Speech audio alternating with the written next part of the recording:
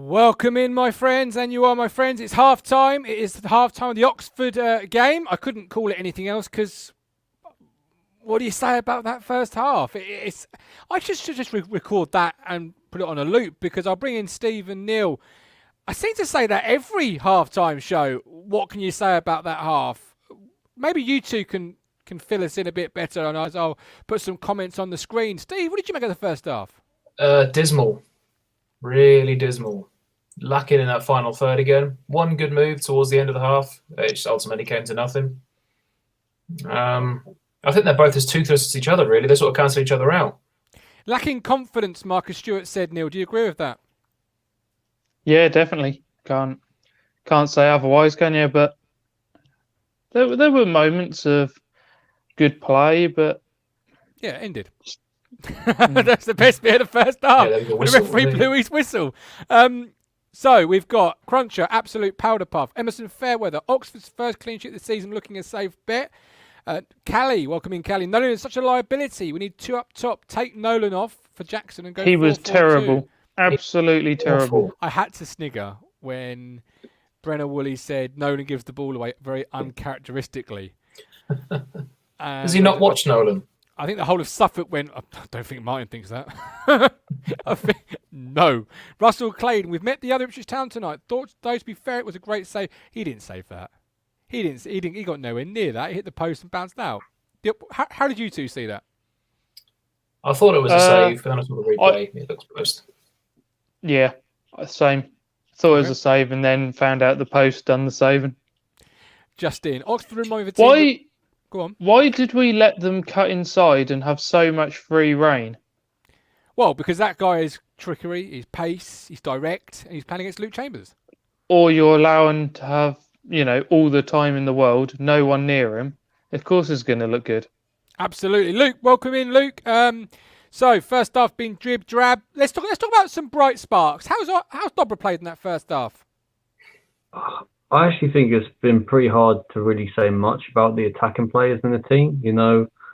I think Dobra's done well in terms of drawing fouls and probably trying to get the team up the pitch, but we really haven't seen much of any of the attacking players because, to be honest, most of the first half, I think Marcus Stewart was saying it himself. Every time we were going to play for, we'd end up passing back as what we normally do anyway. So, as much as I want to talk about the attacking talents, everyone does. Bennett, Drynan, and Dobra, there wasn't really much there to really go on, really.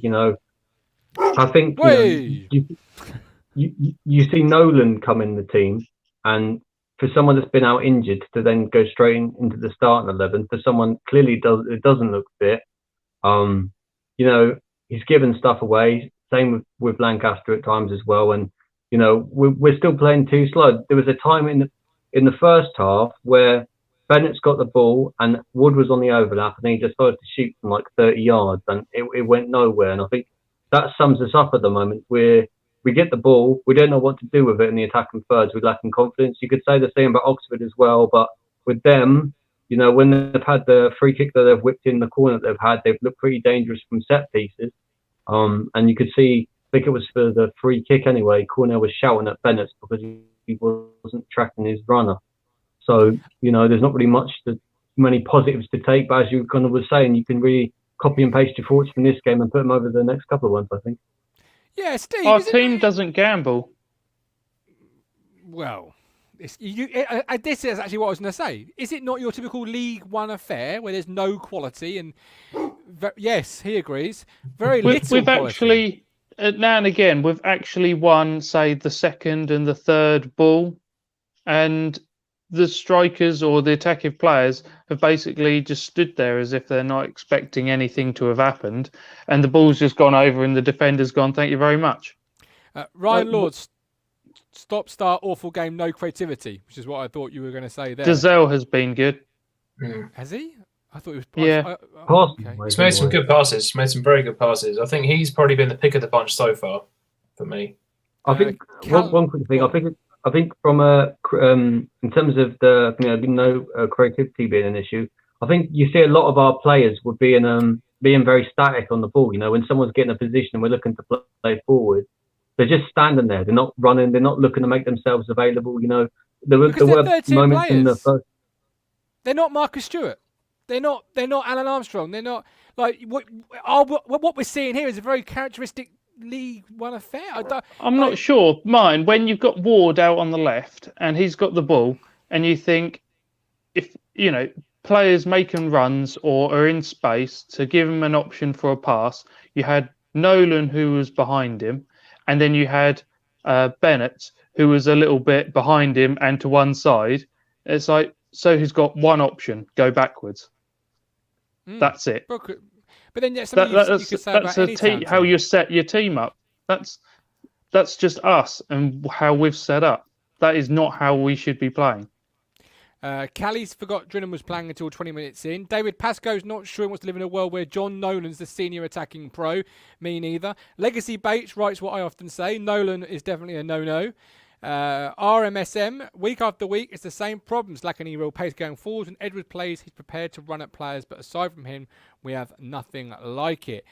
I keep saying it every week. Everything begins and ends with your midfield. You say Andre's played well. I don't quite buy that, but I'll take it and I'll run with it. Is he being? What do you think he's not done? I think he's been on the ball, just not really done a lot with it. Like we can all do. If John Nolan does sideways and backwards passing, we all go, "Oh, John Nolan, recycler." When Andre does it, it's a bit like Armando Dobra. He's drawn a few fouls, but other than that, he's not looked at all. There's only one player that's made us be in on goal, and it's him. Because it's his job. But that's his job, though, to make us go in on goal. He's our playmaker, and we're not playing. Mine. The whole midfield should be getting us in on goal, but none of them are good enough. I'm just saying that the one player who is doing it. Okay. I think Jacob Farrow. Why is Nolan not doing it? Why has Dobra not done it? Why has Bennett's not done it? Okay. Well, I think Jacob Farrow hits the nail firmly on the head with, I think we're missing Judge on the pitch. No. I think we're all joking with that one. Leandro, Andre's the only one looking forward to pass. The new Gardner, Lancaster missing Bennett's limited, Nolan awful. Yeah, we've been awful. We haven't been great, but it's still 0-0.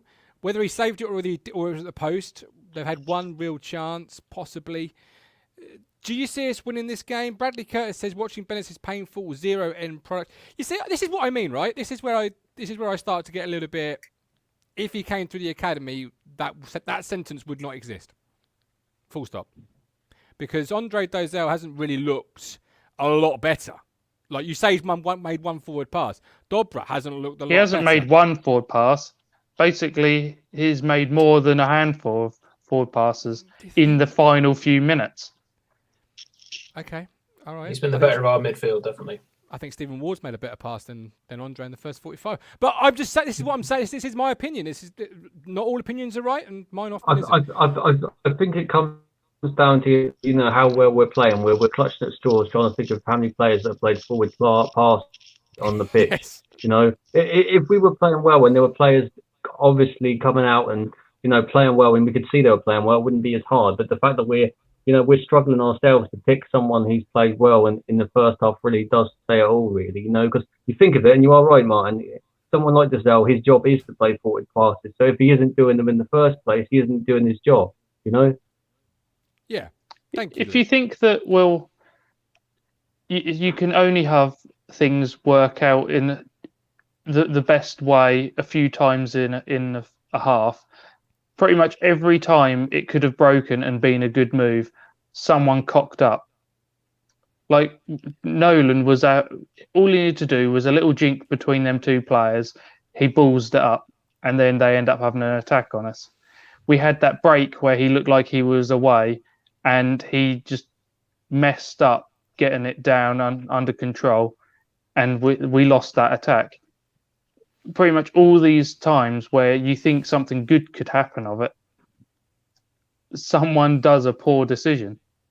Yeah. Well, standard of season for us so far, isn't it? A poor decision after poor decision. How do you change the game then? So obviously, as the teams not yet emerge, but as they will start to, how do we change today's game? How do we make sure we bring 3 points back to Suffolk with us? If you were the man in charge, Steve. I'll start with you, Steve.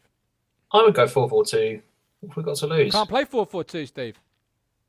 Even though he says we're useless, yes, we can. Well, we can't be more useless at a 4-4-2 than a 4-3-3 or a 4-2-3-1, surely. I don't think we need to go 4-4-2. I'll get Jackson on. What, with Drilling? Either or, to be honest. I think he's going to offer more of a goal threat. I'd like to see what he can do alongside Drilling. Be interesting to see. He can play off each other. Whereas Neil says we don't need to go 4-4-2. So what do you want to do, Neil? Well, one thing I've noticed with Drilling in the team, he's doing all that effort up there in which gets other players in and around the upper areas of the pitch, in which is something we've struggled with. So rather than it looking like him scoring the goals, he's looking to get other people in to score the goals. But as no one seems to be playing with any confidence whatsoever, that isn't really working. But we've actually had more, possession higher up than I've seen in other games, where it's basically just a lashed up ball. Okay. But Luke? I don't really know how we're going to change it. Does anyone? I can't think. Other than the bloody many 4-4-2, that's not going to happen. Luke will know. I kind of think many ways. You can do it a couple of ways. I was thinking, maybe take Lancaster off, bring on Jackson, then play Jackson slightly higher on the wing with Dobra in at the 10. Because personally, from what I've seen for under-23s football, I think Dobra works more as a 10. Kind of the free player, that the role that Judge plays. Obviously, with even though Lambert says not we're going to 4-4-2, having someone like Drynan who can hold the ball up, get it into the feet of someone like Jackson up front. But part of me just doesn't see Lambert doing that. He's going to be stubborn. We're going to come out the second half, play the exact same way. And then we're going to wait for either team. If Oxford score first, then we'll make the change. It's all right saying what we're going to do, because ultimately, we can see as fans what we want to change. But at the end of the day, it comes down to the manager, and I have no faith in him to change it. Okay. Well, 19 years ago this very day, we played Arsenal at home, and the match report reads, we had lots of possession, but no end product, and rarely threatened the Arsenal goal. We lost 2-0 that night. Will history repeat itself? Obviously, it's not Arsenal, but mine, that was Arsenal. Yeah, well, it's a bit of a difference. If you let me finish the sentence and the outro before you jump across me, I would have said it's not Arsenal. We were once good enough to be how we are now against Arsenal. I think the point was possession. Like, we had all half no puff then. Will history repeat itself? Let's find out. See you all at full time when it's your chance to have your say. But hopefully we'll get 3 points. Thank you for coming across me then, Neil.